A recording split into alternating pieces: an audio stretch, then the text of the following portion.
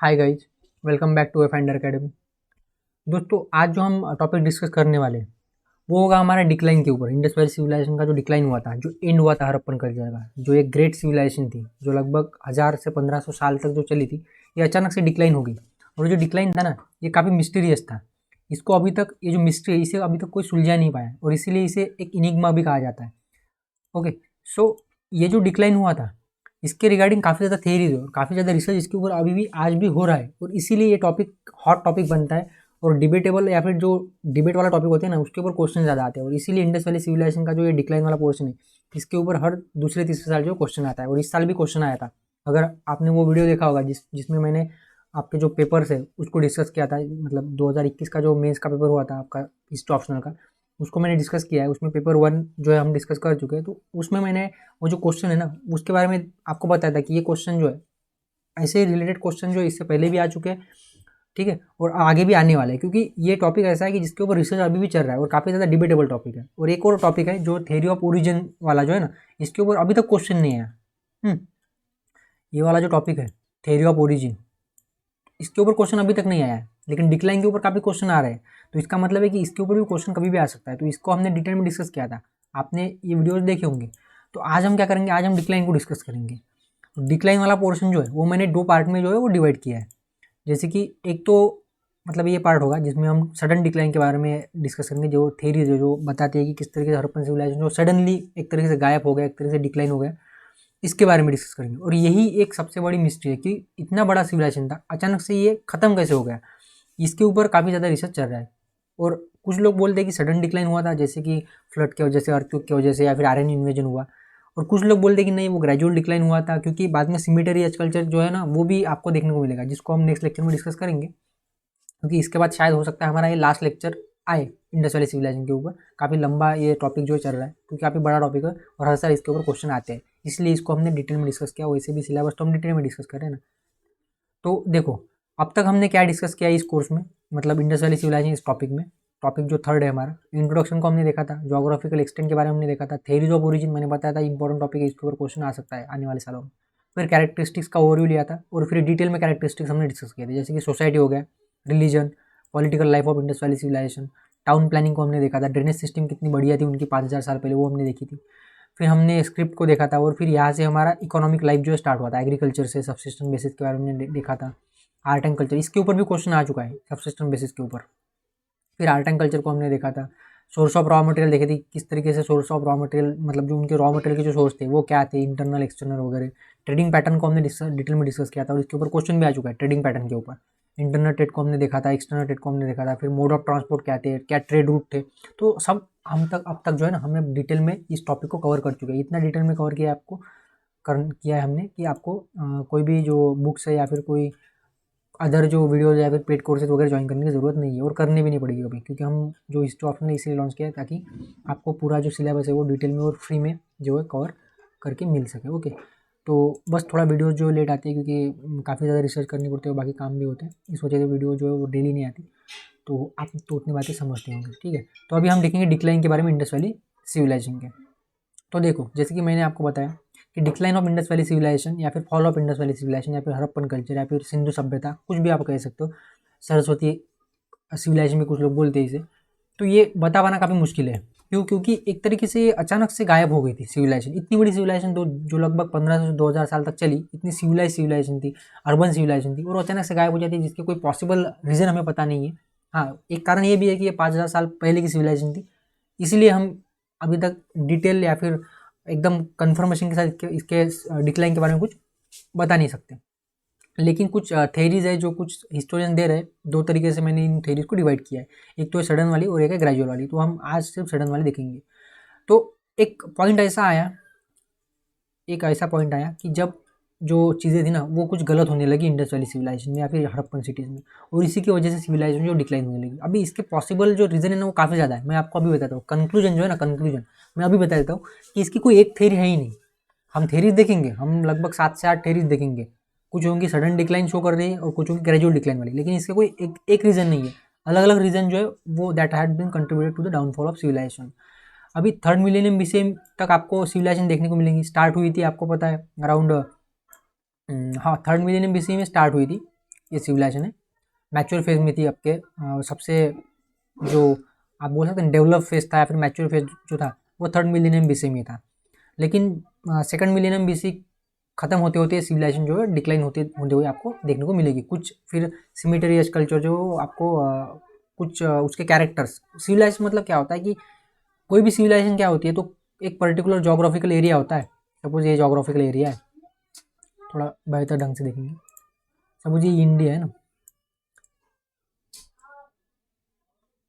ठीक है। तो सपोज कि कोई एरिया है, यहाँ पे ये एरिया है और इस एरिया में कुछ लोग रहते हैं जिनके कल्चर, जिनका जो कल्चर है ना वो कॉमन है, सेम सिमिलैरिटीज है उनके कल्चर में, खान पान में, उनके कपड़ों में, उनके काम करने के तरीके में, उनकी सिटीज़ मतलब रहने के तरीके में। तो फिर इसको हम बोलते हैं कल्चर या फिर सिविलाइजेशन। तो हड़प्पन जो सिविलाइजेशन थी जो 3rd मिलियन बीसी में आपको देखने को मिलेगी फ्लरिश होती हुई, ये अचानक से यहाँ पे आपको डिक्लाइन देखने को मिलेगा। ये पूरे एरियाज में, यहाँ पे आपका पाकिस्तान और अफगानिस्तान है तो इतने एरियाज में आपकी सिविलाइजेशन थी। थोड़ा इधर भी जाएंगे, हमने मैप वगैरह देखा था, वो आपको पता होगा, प्रीवियस लेक्चर्स आपने देखे होंगे। तो हुआ क्या था, अभी ये जो डिक्लाइन है ना, दिक्कत यही है कि डिक्लाइन न तो साइमल्टेनियस है और न तो यूनिफॉर्म है एट ऑल सिटीज़। मतलब कि जो इंडस वैली सिविलाइजेशन डिक्लाइन हुआ है ये साइमल्टेनियस नहीं, इसका मतलब कि सारी की सारी सिटीज़ या फिर पूरा का पूरा सिविलाइजेशन जो है वो एक साथ डिक्लाइन नहीं हुआ है, एक साथ खत्म नहीं हुआ है। और न तो वहाँ पे आपको यूनिफॉर्मिटी देखने को मिलेगी, मतलब कि सारे के सारे शहर, गाँव और पूरी सिविलाइजेशन जो एक साथ भी डिक्लाइन नहीं हुई है, एक साथ भी खत्म नहीं हुई है, और रीज़न भी उनके सेम नहीं थे। जैसे कि कुछ सिटीज़ है, मोहनजोदड़ो वगैरह हो गया, यहाँ पे फ्लड काफ़ी ज़्यादा आए तो फ्लड की वजह से वहाँ के लोगों ने वो जो सिटी थी वो छोड़ दी। मतलब 2 थेरीज है, एक तो है फ्लड वाली थेरी और दूसरा एक आ जाता है कि इंडस ने उसका कोर्स जो है वो छोड़ दिया था। तो मोहनजोदारो के लोगों ने मोहनजोदारो सिटी क्यों छोड़ी, इसके 2 रीज़न है। मतलब 2 रीज़न बताए जाते हैं। अभी कंफर्मेशन के साथ तो मैं नहीं बोल सकता क्योंकि मैं तो कोई हिस्टोरियन नहीं हूँ, तो मैंने वहाँ पे देखा था जाके। लेकिन हिस्टोरियन कहते हैं 2 थेरीज है। एक तो वो है जो हम आगे मतलब दोनों थेरी आगे डिस्कस करेंगे। तो अभी तो ठीक है, अभी आगे देखने वाले तो अभी बता क्या करो। तो कुछ ऐसे प्लेसेस है वहाँ पे सिविलाइजेशन जो आपको 1800 बीसी तक देखने को मिलेगी, मतलब चल रही है, कंटिन्यू है। और कुछ ऐसे मतलब कुछ ऐसे सिटीज़ है जैसे मोहनजोदड़ो हो गया, यहाँ पे आपको ये जो मोहनजोदड़ो है ये खत्म हो गया था। मतलब 2200 में स्टार्ट हुआ, at come to end by, मतलब कुछ तो भी गड़बड़ है यहाँ पे। 2200 में स्टार्ट हुआ, 2000 में खत्म हो रहा है। स्टार्ट तो यहाँ पे 2500 में हुआ था ना, ठीक है, और ख़त्म होता है 2000 आते आते। हाँ, मोहनजोदड़ो जो है ना, तो आपको यूनिफॉर्मिटी नहीं देखने को मिलेगी। जैसे मोहनजोदड़ो हो गया, धोलावीरा हो गया, यहाँ पे ग्रेजुअल डिक्लाइन देखने को मिलेगा। मतलब धीरे धीरे ये जो सिटीज़ है ना ये डिक्लाइन हुई है, यहाँ पे लोगों ने रहना छोड़ दिया, डेजर्टिफिकेशन हुआ इन सिटीज़ का। और कालीबंगन और बनवाली जैसी सिटी है ना, यहाँ पे अचानक से ऑल ऑफ सडन जो है लाइफ खत्म होगी, मतलब लोगों ने उन सिटीज़ को छोड़ दिया। तो दिक्कत यही है हिस्टोरियंस के साथ कि जो डिक्लाइन था ना वो न तो साइमल्टेनियस था, न तो एक साथ हुआ, न तो यूनिफॉर्म था, रीज़न भी अलग अलग है। और इसीलिए इसके डिक्लाइन को एक इनिग्मा कहा जाता है। इनिग्मा मतलब एक मिस्ट्री है जिसको अभी तक कोई सॉल्व नहीं कर पाया, ना कोई हिस्टोरियन, ना कोई। क्योंकि है भी बहुत पुरानी, तो कैसे बता सकते हैं हम एकदम सर्टेनिटी के साथ। तो अभी हम क्या बोल सकते हैं कि प्लेस एंड डेट जो डिक्लाइन के वो वैरी करते हैं, वो भी वैरी करते हैं। तो अब हम क्या करेंगे, अलग अलग थेरीज को देखने की कोशिश करेंगे डिटेल में। और ये जो टॉपिक है ये काफ़ी हॉट टॉपिक है, मैं बता चुका हूँ, इसके ऊपर क्वेश्चन आते रहते हैं। इस साल भी आया था, लास्ट 2-3 साल पहले भी आया था, उसके 2-3 साल पहले, मतलब हर 2-3 साल में, अल्टरनेट साल में क्वेश्चन जो डायरेक्ट आएगा या फिर इनडायरेक्ट आएगा, क्वेश्चन तो आता ही है। और ओरिजिन के ऊपर भी क्वेश्चन आ सकता है। तो अभी हम जो आज थेरी देखेंगे वो देखेंगे सडन डिक्लाइन के ऊपर। तो जो नेक्स्ट लेक्चर होगा उसमें हम ग्रेजुअल डिक्लाइन की थेरी जो है वो पढ़ेंगे। और हो सके तो उसी लेक्चर में हम जो कंटिन्यूटी ऑफ सिविलाइजेशन की उसके ऊपर भी एक लेक्चर मतलब उसी में ले लेंगे। तो हमारा ये जो नेक्स्ट लेक्चर होगा ये इंडस वैली सिविलाइजेशन का अंतिम लेक्चर होगा।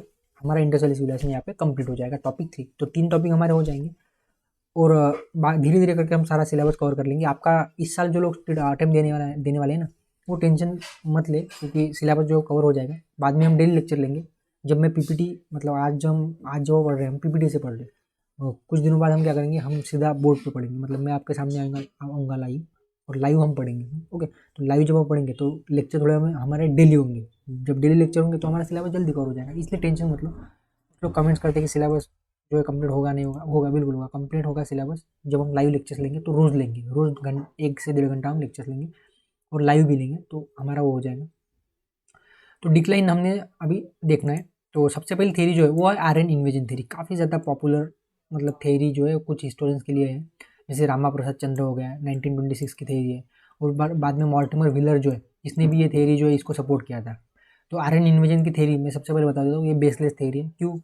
क्योंकि आर्यन जब हमारे देश में आए थे वो पाया वो काल था 1500 के आसपास, और सिविलाइजेशन इससे पहले ही डिक्लाइन हो चुकी है, तो फिर आर्यन इन्वेजन थ्योरी का कोई मतलब ही नहीं बनता। लेकिन फिर भी कुछ लोगों ने इसे एक्सप्लेन करने की कोशिश की है, तो हम देख लेते हैं,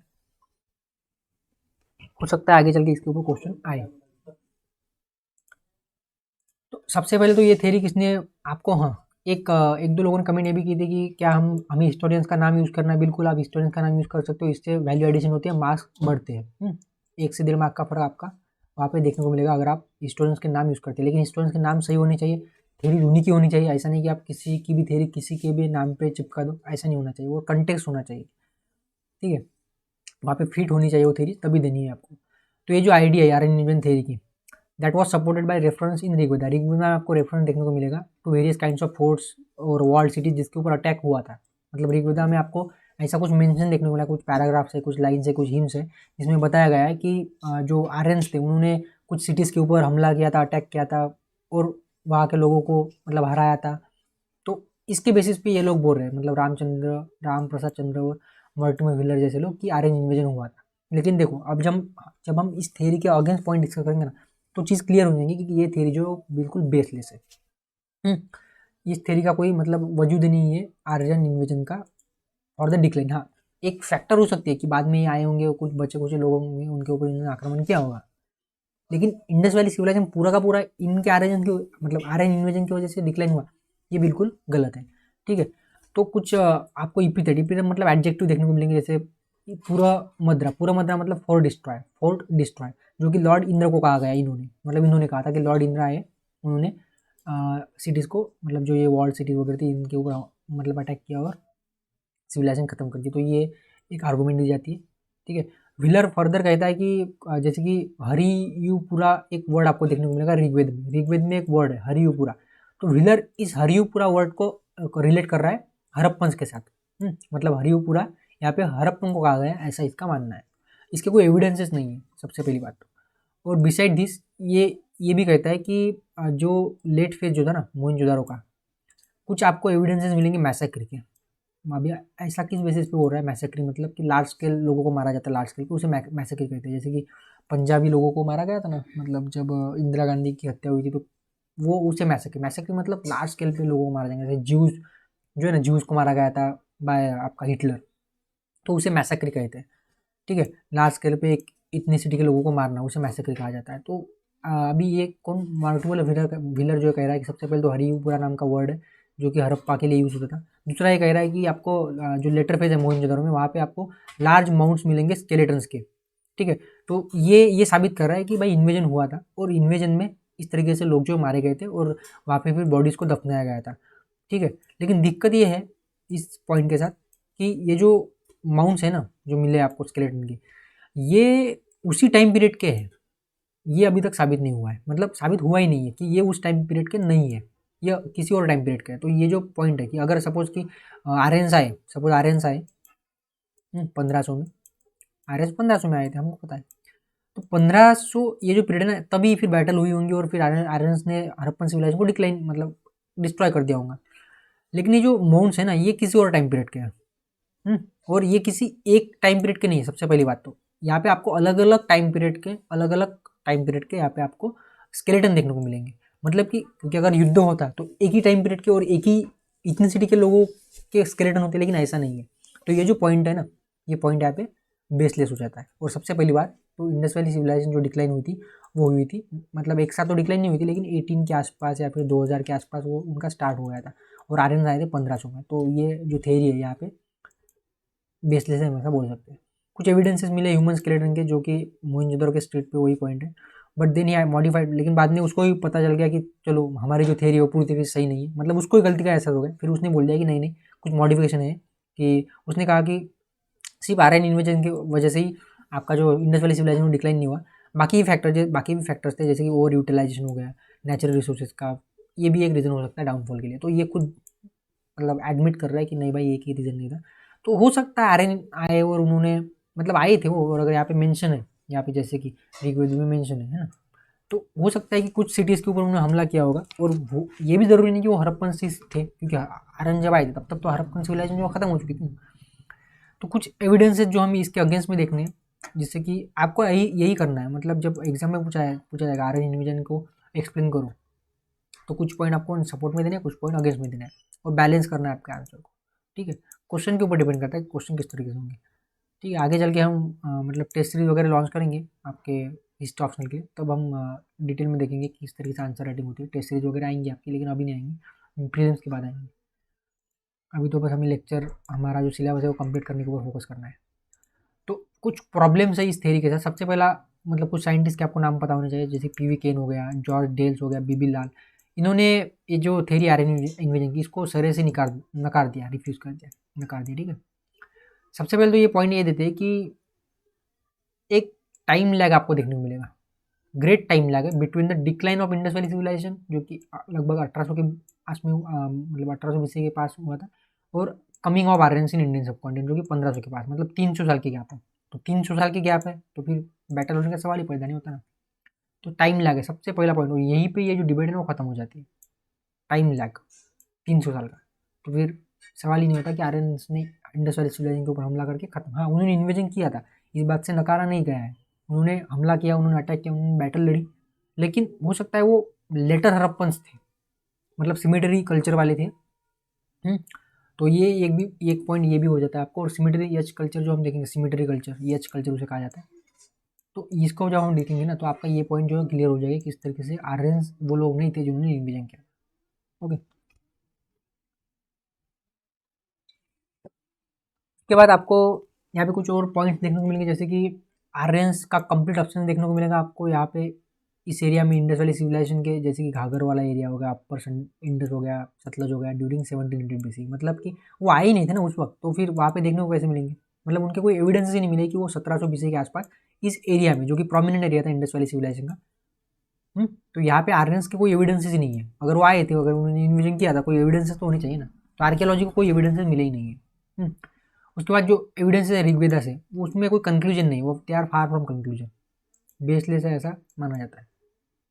मोर और if there was any invasion, अगर इन्वेजन हुआ भी था तो इतना लार्ज स्केल पे नहीं था कि पूरा का पूरा, मतलब अगर इन्वेजन हुआ था तो हमें कुछ ना कुछ तो मैसेक्री के ट्रेसेस एविडेंसेस मिलने चाहिए ना, और जो मिले थे वो तो किसी और टाइम पीरियड के, किसी और इतनी सिटी के लोगों के, तो कोई ऐसे एविडेंसेस मिले नहीं मैसेक्री की। ओके, और मिलिट्री असॉल्ट के भी नहीं है आपके हड़प्पन साइड के। और हड़प्पन साइड में स्पेशली ऐसा माना जाता है कि जो मिलिट्री वगैरह जो होती थी ना, मिलिट्री मतलब जैसे कि स्टेट वगैरह की कंसेप्ट हमने कहा था, स्टेट का कंसेप्ट में सिटाडेल मेन था, है ना। तो सिटाडेल के ऊपर ऐसे कोई एविडेंसेस नहीं मिले, क्योंकि सिटाडेल उनका एक तरह से प्रोटेक्टिव स्ट्रक्चर था, और यहाँ पे रूलर वगैरह रहते थे, और अगर युद्ध हुआ था तो यहाँ पे कोई ना कोई एविडेंस तो होते ना, लेकिन सिटाडेल के ऊपर ऐसे कोई एविडेंस आपको मिलिट्री असॉल्ट के या फिर कन्फ्लिक्ट के देखने को नहीं मिलेंगे। तो ये पॉइंट भी चलो हो गया। अभी जो 37 स्केलेटन्स का ग्रुप जो हमें देखने को मिलेगा मोहनजोदारो में, वो उस सेम फेज का नहीं है जब आर्यन का इन्वेजन हुआ था। और न तो वो सेम कल्चरल इवेंट शो करता है, तो ये पॉइंट भी आपका यहाँ पे क्रॉस हो गया। तो not one of this skeletons have found at citadel where battles have been expect to take, मतलब जो कहा जाता है, जो लोग बोलते हैं ना आर्यन इन्वेजन हुआ था, वो कहते हैं कि सिटाडेल के ओवर बैटल वगैरह हुई थी, युद्ध हुआ था, तो कोई एविडेंसेस आपको वहाँ पे देखने को नहीं मिलेंगे। तो इसके अलावा जो स्टडी हुई है स्केलेटन्स की, कैनेडी ने स्टडी की है, जो स्केलेटन्स है ना इनकी स्टडी की है कैनेडी ने, तो ये क्लियर हो गया है कि there was no discontinuity in the skeleton found at the north west area at that point of time, so this make it crystal clear that there was no major influx of the new settlers with the different physiognomy. मतलब अभी देखो इसको समझते हैं, Kennedy क्या कह रहा है। कैनेडी ने क्या किया, ये जो आर्यन इन्वेजन थ्योरी है, अभी इसको सच है या नहीं ये देखने के लिए वहाँ के जो स्केलेटन थे नॉर्थ वेस्ट एरिया के, क्योंकि इन्वेजन तो इंडिया में यही से हुआ है ना मोस्ट ऑफ, और हड़प्पन सेटलमेंट भी आपको नॉर्थ वेस्ट में देखने को मिलेंगी, हड़प्पन जो सिविलाइजेशन थी। तो इसने स्केलेटन्स की स्टडी की, और स्केलेटन्स की स्टडी करने के बाद इसको ये पता चला कि यहाँ पे आपको डिसकंटिन्यूटी देखने को नहीं मिलेंगी। जो लोगों थे ना, लोगों के जीन्स में, उनके फिजियोगमी में आपको डिसकंटिन्यूटी जो है वो देखने को नहीं मिलेगी। मतलब कि अभी इसका क्या मतलब है, तो अगर डिसकंटिन्यूटी होती तो जीन्स अलग अलग होते ना, जैसे आर्यंस जो थे इनके जीन्स अलग होते, और जो हड़प्पन सिविलाइजेशन के लोग हैं इनके जीन्स अलग अलग होते उस टाइम पीरियड के। अगर वहाँ पे इन्वेजन होता तो हड़प्पन सिविलाइजेशन खत्म होती और आर्यन जो कल्चर है स्टार्ट होता। तो इनके कोई जीन्स आपको यहाँ पर देखने को नहीं मिलेंगे। मतलब जीन्स जो है ना वो कंटिन्यूटी है जीन्स में, तो जीन्स में कंटिन्यूटी इसका मतलब कि इन्वेजन हुआ भी होगा तो उस वक्त पे नहीं हुआ होगा, और हड़प्पन सिविलाइजेशन को डिक्लाइन, मतलब हड़प्पन सिविलाइजेशन का एंड जो है इन्होंने नहीं किया होगा। तो ये केनेडी ने प्रूव कर दिया स्केलेटन के जीन्स का या फिर फिजियोगमी का स्टडी करके। तो इतना तो क्लियर होगा कि इंडस वैली सिविलाइजेशन जो है that was not destroyed by Indo Aryan invasion. तो ये थ्योरी गलत साबित हो गई। तो ये थ्योरी तो हमने देख ली, दैट शोज सडन डिक्लाइन। और साइंटिस्ट या फिर हिस्टोरियंस के नाम आपको याद रखना है, पीवी केन, जॉर्ज डेल, बीपी लाल केनेडी, इन्होंने आर्यन इन्वेजन के अगेंस्ट में पॉइंट दिया है। और चंद्र और व्हीलर इन्होंने सपोर्ट में पॉइंट दिया। तो ये थ्योरी होगी हमारी। अभी नेक्स्ट थ्योरी देख लेते हैं।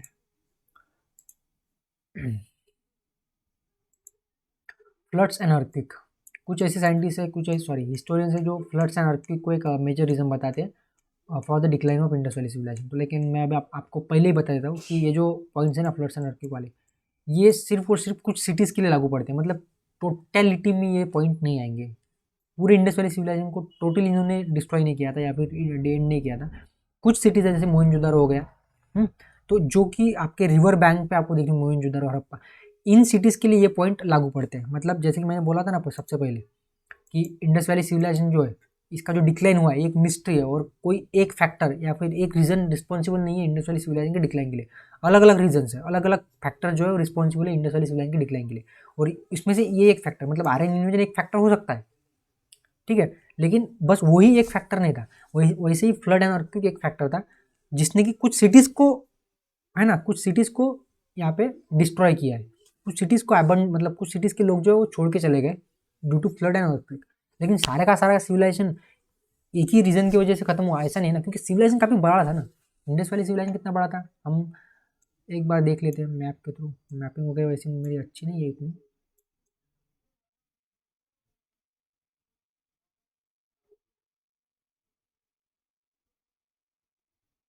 इस तरीके से, सॉरी इंडिया का मैप अच्छा नहीं बना, लेकिन ठीक है मेरी मैपिंग वगैरह इतनी अच्छी नहीं है। ये है आपका अफगानिस्तान, सॉरी पाकिस्तान, और यहाँ पे अफगानिस्तान। तो इंडस वैली सिविलाइजेशन का एक्सटेंड क्या था आपको पता है? इस तरीके से इतनी बड़ी, और कुछ साइड्स यहाँ पे भी आपको देखने को मिलेंगी, कुछ साइड्स आपको यहाँ पे भी देखने को मिलेंगी। तो इंडस वैली सिविलाइजेशन का कोर एरिया यही था।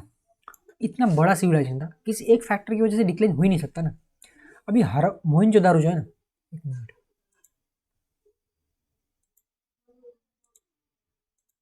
अभी मोहनजोदारो के बारे में जब हम डिस्कस करते हैं कि उसका डिक्लाइन फ्लड की वजह से हुआ।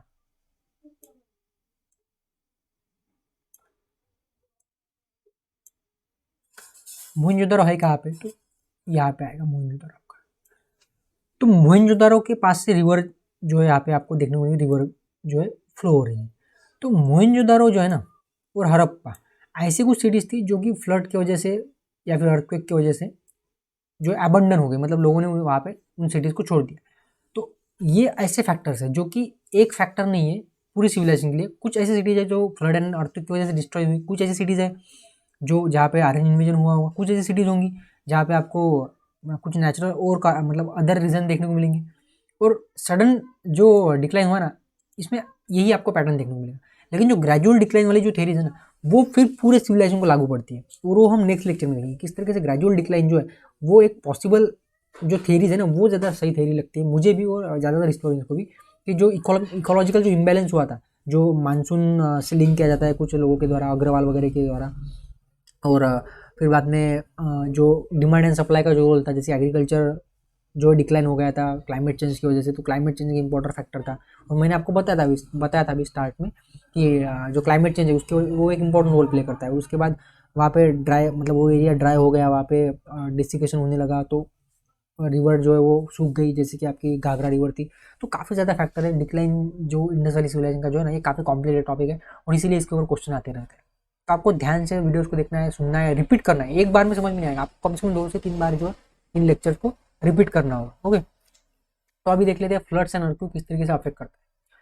तो among the causes failed out for the decline of Harappan civilisation, कुछ स्कॉलर्स है जैसे कि एम आर साहनी हो गया, रॉबर्ट लेक्स हो गया, जॉर्ज डेल्स हो गया, इन्होंने फ्लडिंग के एविडेंसेस दिए जो कि मोहनजोदड़ो के लिए। और ये जो फ्लडिंग वाला जो टॉपिक है ना, ये सिर्फ मोहनजोदड़ो के लिए लागू होता है।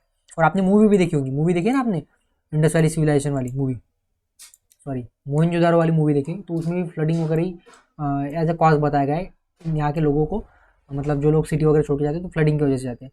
तो ये कारण सिर्फ जो फ्लड वाला अर्थक्वेक वाला वो मोहनजोदड़ो जैसे कुछ 2-3 सिटीज़ के लिए लागू पड़ता है।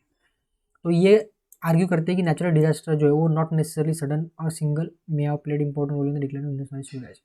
तो ये कह रहे हैं कि जो नेचुरल डिजास्टर वगैरह रहे ना, वो ऐसा ज़रूरी नहीं है कि एकदम मतलब सडन या फिर सिंगल रीज़न है for the decline of Indus valley civilisation, लेकिन इसके अलावा मतलब जो सडन जो डिक्लाइन वाली थ्योरी है इसमें नेचुरल डिजास्टर भी एक कारण हो सकता है। बस वही एक नहीं है, लेकिन वो भी एक हो सकता है, ऐसा इनका कहना है। तो कुछ लेयर्स अभी ये किस बेसिस पे कह रहे हैं कि मोहनजोदड़ो में फ्लड आया था, इसके कुछ बेसिस होंगे ना, इसके कुछ प्रूफ होंगे। तो उसके क्या प्रूफ है कि मोहनजोदड़ो में फ्लड आया था और 7 बार फ्लड आया था। कितने बार? 7 बार, 7 टाइम्स। तो इसके प्रूफ क्या है? तो यहाँ पे आपको सिल्ट जो है ना, सिल्ट मतलब गाड़ वगैरह होता है जो रिवर से जो आता है वो, तो यहाँ पे आपको सेवरल लेयर्स देखने को मिलेंगी सिल्ट की मोहनजोदड़ो में। मतलब जब सपोज कि ये यहाँ पे सिटी है और यहाँ से नदी बह रही है तो फ्लड आएगा, पहली बार आया तो यहाँ पे सिल्ट जमा हो जाएगा, दूसरी बार आएगा, तीसरी बार, तो इस तरीके से वहाँ पे फ्लडिंग हुई है बार बार, लगभग 7 टाइम्स हुई है। और यहाँ पे सिटीज जो डिस्ट्रॉय होती थी लोग फिर से बनाते थे, फिर से डिस्ट्रॉय होती थी, फिर से बनाते थे, तो इस तरीके से चलता था। इसलिए यहाँ पे आपको सेवरल लेयर देखने को मिलेंगी सिल्ट की। और ये आपको एविडेंस के तौर पर आप यूज़ कर सकते हो कि सिटी जो है that has been affected by repeated episodes of Indus flood, और बार बार वहाँ पे फ्लड आया था इंडस, क्योंकि मोहनजोदड़ो जो है ना वो इंडस के किनारे पे ही है ना सिटी जो है मोहनजोदड़ो। तो it appears from the records of principal excavation, जो प्रिंसिपली मतलब सबसे पहले जो एक्सकवेशन हुआ था उसके रिकॉर्ड से हमें पता चला है कि मोहनजोदड़ो जो है वहाँ पे आपको वेरियस पीरियड्स ऑफ ऑक्यूपेशन जो देखने को मिलेंगे that were separated by evidence of deep flooding. अभी इसका क्या मतलब है? तो वेरियस पीरियड्स ऑफ ऑक्यूपेशन मतलब कि जैसे कि मैंने बताया पहले फ्लड आया, फिर लोगों ने फ्लड गया, फिर लोगों ने फिर से घर बनाए, फिर से फ्लड आया, तो यहाँ पे बार बार काम कर रहे हैं ना, तो ये हो गया वेरियस पीरियड्स ऑफ ऑक्यूपेशन का मतलब कि लोग जो है यहाँ पे बार बार यहाँ पे उनका घर जो बना रहे और वो घर जो हर साल फ्लड से डिस्ट्रॉय हो रहा है, मतलब हर साल तो नहीं होगा, at the end of civilisation जब सिविलाइजेशन खत्म हो रहा था ना तब फ्लडिंग आई होगी, पहले नहीं आई होंगी, बाद में। और ये फ्लडिंग क्यों थी इसके भी कुछ रीजन बताए जाते हैं, जैसे कि अर्थक्वेक रीजन है एक, एक रीजन अर्थक्वेक है कि बार बार फ्लड जो आते थे ना वो अर्थक्वेक की वजह से आते थे। तो देखते हैं अभी हम। तो this can be inferred from the fact that the houses and streets of cities were covered with the silt clay and collapse material many times in it long history. मतलब जो मोहनजोदड़ो की जो हिस्ट्री है यहाँ पे आपको देखने को मिलेगा कि काफ़ी ज़्यादा लेयर्स है सिल्ट के, और मटेरियल जो है ना, जो मटेरियल है वो कोलैप्स देखने को मिलेगा, और यहाँ पे काफ़ी ज़्यादा जो है आपको जो सिल्ट है वो देखने को मिलेंगी। और ये आपको एविडेंसेस देखने को मिलेंगी कि बार बार जो सिटीज़ और स्टेट जो सबमर्ज हो रहे हैं, बार बार जो है ना सिल्ट क्ले की वजह से सिटीज़ और स्ट्रीट सबमर्ज हो रहे हैं, और बार बार लोग जो है उसे बना रहे हैं, जैसे कि people of Mohenjodaro again built up the houses and street on this debris of previous buildings. तो यही वो करते थे, फ्लड रिसीड हो गया मतलब चला गया, वो फिर से घर बनाएंगे, और ये आखिरी में हुआ था, पहले नहीं, पहले से नहीं हुआ ये। लोग घर बना रहे हैं, फ्लड हो रहा है, फिर से बना रहे हैं, तो इस तरीके से वो चलता है। तो इसीलिए यहाँ पे आपको सेवरल लेयर्स देखने को मिलेंगी सिल्ट्स की मोहनजोदड़ो में। ओके, तो ये जो कैटास्ट्रोफिक जो फ्लडिंग थी और रिबिल्डिंग थी on the top of debris seems to have happened at least 7 times, तो 7 बार देखने को आपको यहाँ पे मिलेगा। काफ़ी मुश्किल होता है इन चीज़ों को समझाना, ऐसे मतलब जो कॉम्प्लिकेटेड होती है ना उनको, और वो भी स्लाइड्स से, क्योंकि मुझे आदत नहीं ना स्लाइड्स की, मुझे आदत है सीधा पढ़ाने की। तो जब हम सीधे पढ़ेंगे ना डायरेक्ट फेस टू फेस, तब आपको मतलब चीज़ों को ज़्यादा एक्सप्लेन और ज़्यादा क्लियरली एक्सप्लेन होते हुए आपको देखने को मिलेंगे। और अभी तो वैसे भी ज़्यादा कुछ कॉम्प्लिकेटेड ये ऑप्शनल नहीं है, आगे चल के और ये ऑप्शनल कॉम्प्लिकेटेड होने वाला है, और थोड़ी जो चीज़ें वो थोड़ी मुश्किल होंगी, तो फिर हम वो सीधा बोर्ड पे देखेंगे। ओके, तो लाइव में आएंगे, फिर आप लाइव क्वेश्चन पूछ सकते हो मुझे वहाँ पे, लाइव जब हम आएंगे तब। तो एक स्टेज आई है फिर, क्योंकि 7 बार ऐसा हुआ, मतलब बार बार हो रहा था, फ्लड आ रहा है ये घर बना रहे, फ्लड आ रहा है ये घर बना रहे, तो कितनी बार करेंगे। तो एक टाइम आ गया कि हड़प्पन जो है वो इतना परेशान हो गया कि इन्होंने फिर छोड़ ही दिया, चलो भाई छोड़ ही देते, क्या बार बार मतलब नेचर से लड़ना है, तो इन्होंने फिर छोड़ दिया। तो इस तरीके से फ्लड जो एक इंपॉर्टेंट रोल प्ले करता है सिटीज़ के डिक्लाइन के लिए या फिर सिटीज़ के अबंडनमेंट के लिए, क्योंकि सिटीज़ अबंडन मतलब लोग छोड़ जा रहे हैं, छोड़ के जा रहे हैं सिटीज़ को। तो अभी अर्थक्वेक, अभी रीज़न क्या है, रीज़न क्या है फ्लडिंग के लिए? तो रीज़न जो डेल दे रहा है, डेल एक हिस्टोरी है ना, वो सजेस्ट करा कि टेक्टोनिक मूवमेंट होती थी और वो एक क्लॉज था फ्लडिंग के लिए, और इसीलिए फ्लडिंग जो बार बार हुई है at the end of civilisation.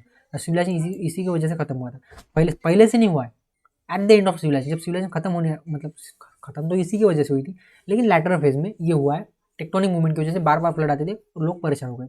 और ये जो फ्लड है ये कहाँ पे आते थे? तो मोहनजोदड़ो जो है ना यहाँ पे आते थे, और क्यों आते थे? तो टेक्टोनिक मूवमेंट की वजह से। और जो टेक्टोनिक मूवमेंट मतलब क्या, अर्थक्वेक। तो अर्थक्वेक होता कहाँ पे था, क्या उसका एपिसेंटर था? तो रॉक फॉल्टिंग जो थी ना वो आपको देखेंगे सेवान। तो सेवान जो है 90 मील है, 90 माइल्स मोइंजोदारो से अराउंड 90 माइल्स दूर है वो, डाउन स्ट्रीम। मतलब मोइंजोदारो यहाँ पे, तो यहाँ के आसपास मतलब 90 माइल्स वो आपको रॉक फॉल्टिंग के एविडेंस से देखने को मिलेंगे। और यही जो एविडेंस है इसी बेसिस पर कहा जाता है कि फ्लडिंग जो होती थी ना वो टेक्टोनिक मूवमेंट की वजह से होती है। लेकिन देखो अभी ये थ्योरी है, इसका इसको रिजेक्ट करने वाले कुछ लोग हैं, जैसे कि एस.टी. लैम्ब्रिक है। इसने इस थ्योरी को रिजेक्ट किया कि कैटास्ट्रॉफिक फ्लडिंग जो है ना ये कारण नहीं है।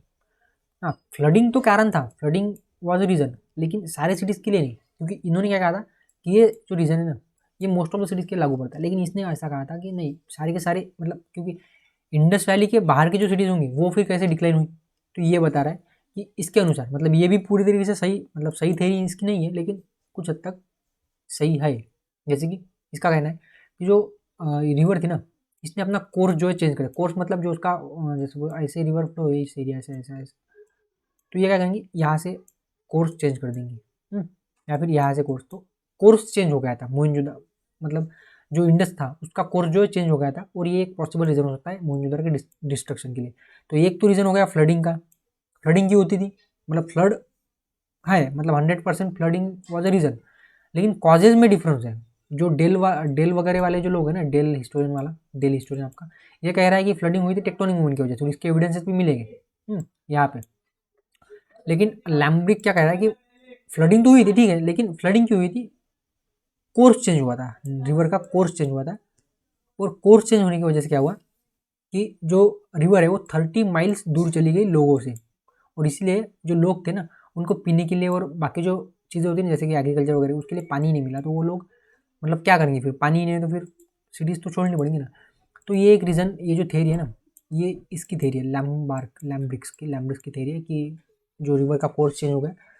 और कोर्स चेंज होने की वजह से क्या हुआ, लोग जो है they were stripped of their drinking facilities and other. तो उस वजह से लोगों ने वहाँ की जो सिटीज़ है उसको छोड़ दिया। तो एक तो रीज़न है फ्लड का, सॉरी मैंने क्या बोला था, फ्लड, ठीक है फिर से बता दो एक बार, कन्फ्यूजन हो गया कुछ। दो तरीके की थेरीज है मोहनजोदारो के डिक्लाइन के लिए।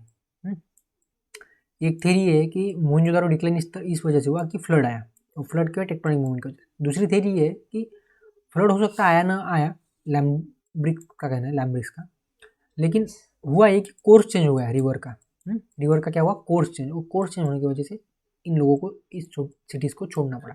तो दो थेरीज है, एक है फ्लड वाली और दूसरा है कोर्स चेंज होने वाली। तो दोनों थेरीज को आपको समझना है, एक थेरी है लैम्बार्ड की और दूसरी है डेल वगैरह की। तो ये जो कुछ थेरीज हमने देखी दो, अभी नेक्स्ट थेरी जो है वो इंक्रीज हेरिडिटी एंड ड्राइंग वो घाघर। घाघर आपको पता है, घाघर सिविलाइजेशन भी कहा जाता है या फिर सरस्वती सिविलाइजेशन भी कहा जाता है। तो जो आपका ये इंडिया है ना, मतलब हमारा इंडिया, ये जो राजस्थान वाला एरिया है यहाँ पे आपकी सरस्वती रिवर थी, और यहीं पे मोस्ट ऑफ द सेटलमेंट आपको देखने को मिलेंगी। तो डीपी अग्रवाल का क्या कहना है, डीपी अग्रवाल और डॉक्टर सुध दोनों का ऐसा कहना है कि इन्होंने नई थ्योरी दे दी एक डिक्लाइन के लिए। उनका ऐसा कहना है, मतलब ये ऐसा मानते हैं कि हड़प्पन जो कल्चर था ना वो डिक्लाइन हुआ not because of flood and any other activity but due to increasing aridity. जो अरिडिटी बढ़ी ना, अरिडिटी मतलब एक तरीके से सूखा हुआ किस एरिया में, इस वाले एरिया में जहाँ पे ज़्यादातर सिविलाइजेशन थी। तो ये जो घाघर थी यहाँ पे सरस्वती रिवर थी, ये ड्राइंग अप मतलब सूख गई। और सूखने की वजह से यहाँ के जो लोग थे इनको एग्रीकल्चर करने के लिए पानी नहीं मिला, पीने के लिए पानी नहीं मिला, तो फिर क्या होगा, सिविलाइजेशन डिक्लाइन होगी ना।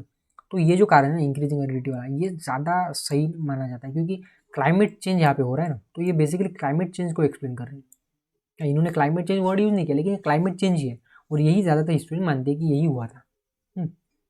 तो यहाँ पे ज़्यादातर सिविलाइजेशन थी और यहीं पे ये हुआ है। और आपको पता है सरस्वती रिवर थी और सरस्वती रिवर अभी नहीं है। तो ये जो थियरी है ना सही है बहुत हद तक। तो they argued that there was increase in aridity in this area by middle of second millennium BC, मतलब लगभग 1600 के आसपास। तो इस वजह से ये जो सेमी एरिड रीजन वाला, मतलब पहले से ये सेमी एरिड रीजन है, लेकिन यहाँ पे भी सेमी एरिड रीजन में भी अगर आपका माइनर रिडक्शन भी हो जाता है मॉइस्चर में, हवा में और ज़मीन में भी, तो डिजास्टर तो आएगा क्योंकि वाटर अवेलेबिलिटी कम हो रही है, reduction in water availability and moisture. तो हवा में मॉइस्चर कम होगा, सॉइल में मॉइस्चर कम होगा, तो एग्रीकल्चर प्रोडक्शन के ऊपर इफेक्ट होगा, और एग्रीकल्चर प्रोडक्शन के ऊपर इफेक्ट होगा तो इंडस वैली सिविलाइजेशन पूरा का पूरा बर्बाद होने वाला है, क्योंकि एग्रीकल्चर प्रोडक्शन जो सरप्लस था उसी की वजह से सेकेंडरी और टर्शियरी एक्टिविटी चलती थी, क्योंकि रूरल एरियाज के बेसिस पे तो अर्बन सिटी चलती थी ना। अर्बन लोग खाएंगे क्या? एग्रीकल्चर अगर प्रोडक्शन नहीं होगा, क्योंकि पॉपुलेशन बढ़ रही थी ना, पॉपुलेशन बढ़ेंगी तो उसके साथ आपका एग्रीकल्चर प्रोडक्शन बढ़ना चाहिए। लेकिन अगर ऐसा कुछ हो रहा है, मतलब कि रिवर एक तरीके से पूरी पूरी ड्राई हो रही है, गायब हो रही है, क्लाइमेट चेंज हो रहा है, तो फिर दिक्कत होगी। तो ये एक रीज़न जो बताया जाता है अग्रवाल और डॉक्टर के रीजन की। और काफ़ी ज़्यादा लोग इससे मतलब प्रभावित थे, और जब ये रिवर ड्राई अप हुई तो इन लोगों की जो इकोनॉमी थी, जो एग्रीकल्चर था, वो पूरी तरीके से तहस नहस हो गया। और इसीलिए जो ये लोग थे, लेकिन इस तरीके से एक प्रॉब्लम ये है कि जो घाघर रिवर जो ड्राई अप हुई थी,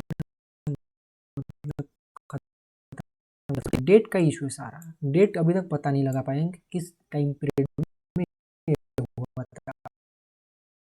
बाकी साउंड थेरी है, काफ़ी बढ़िया थेरी है। एक मिनट, उसके बाद देख लेते हैं फोर्थ जो है ना, that is rise in Arabian sea river. इतना कुछ यहाँ पे है नहीं। ये थेरी जो सिर्फ कोस्टल एरियाज़ के लिए, कोस्टल सेटलमेंट के लिए लागू होती है, कि कोस्टल एरियाज़ में मतलब अरबी समंदर जो ना आपका अरबी समंदर, उसमें कुछ मतलब सी राइज वगैरह हुआ होगा और सैलिनिटी बढ़ी होगी, इसी वजह से कोस्टल एरियाज़ का जो कोस्टल कल्चर था, जैसे लोथल वगैरह हो गया, यहाँ पे लोग उन्होंने छोड़ दिया और इंटीरियर मूव हो गए। तो ये इसमें कुछ इतना ही नहीं। तो ये जो थेरी हमने अब तक देखी है, 4 थेरीज हमने अब तक देखी, 4 कितनी, 4 थेरीज अब तक हम कवर कर चुके हैं, जो कि सडन डिक्लाइन को शो करिए। और जो नेक्स्ट लेक्चर हमारा होगा, इसमें हम क्या करेंगे, इसमें हम जो ग्रेजुअल डिक्लाइन था, इकोलॉजिकल इम्बैलेंस, जो कि ज़्यादातर सही है, climate change, ecological imbalance, monsoon link करिए, जैसे कि मानसून जो ईस्टवर्ड शिफ्ट हुआ था, ऐसा भी मानना मतलब कुछ लोग कहते हैं। और जो भी क्वेश्चन आया था ना, इसमें भी ये टॉपिक हम मेंशन कर सकते हैं कि मानसून किस तरीके से ईस्टवर्ड शिफ्ट हुआ था, शायद मैंने डिस्कस किया है वीडियो में। तो हमारा जो नेक्स्ट लेक्चर होगा वो होगा डिक्लाइन का लास्ट लेक्चर, और हो सकता है इंडस वैली सिविलाइजेशन का भी लास्ट लेक्चर। 2 टॉपिक ही बचते हैं हमारे, इंडस डिक्लाइन का कुछ जो बचा है वो टॉपिक, और फिर कंटिन्यूटी, जैसे कि सिमेट्री एच कल्चर वगैरह वाला, वो कंटिन्यूटी किस तरीके से आपको देखने को मिलेंगे। तो बस 2 टॉपिक बचे हैं, जो कि नेक्स्ट लेक्चर में हो जाएंगे ज़्यादातर। ओके, और अगर नहीं होते तो मतलब ज़्यादा से ज़्यादा 2 लेक्चर आएंगे, एक तो या तो नेक्स्ट लेक्चर में हो जाएगा या फिर उसके नेक्स्ट लेक्चर, 2 लेक्चर में हमारा इंडस वैली सिविलाइजेशन खत्म हो जाएगा ज़्यादा से ज़्यादा। मैं कोशिश करूँगा कि नेक्स्ट लेक्चर में हम पूरा कवर कर लें, ताकि 3 टॉपिक हमारे हो जाएंगे। तो आप पढ़ते रहिए। प्रीलिम्स के पॉइंट ऑफ व्यू से कुछ कोर्सेज में लॉन्च करने मतलब किए थे मैंने, इकोनॉमिक्स वगैरह कोर्स, लेकिन टाइम का इशू है मेरे साथ, टाइम मुझे मिलता नहीं ज़्यादा, तो इसलिए वो कोर्सेज अभी तक स्टार्ट नहीं हुए। लेकिन मैं करूँगा। मैं जैसे कि मैंने कहा था कि आपसे कि हम ज्योग्राफी और इकोनॉमी कवर करने वाले हैं, और एमसीक्यू की सीरीज भी हम डिस्कस करेंगे, लेकिन अभी नहीं करेंगे। लास्ट 3 मंथ जो थे, लास्ट 3 मंथ एग्जाम के, तब हम एमसीक्यू कोर्सेज लाएंगे, ठीक है, एमसीक्यू के ऊपर, और ज्योग्राफी और इकोनॉमी हम स्टार्ट करेंगे, और एग्रीकल्चर को भी हम लिख लेंगे। तो ये 3 जो है ना, मैंने बोला था, एक तो ज्योग्राफी, दूसरा इकोनॉमी, और तीसरा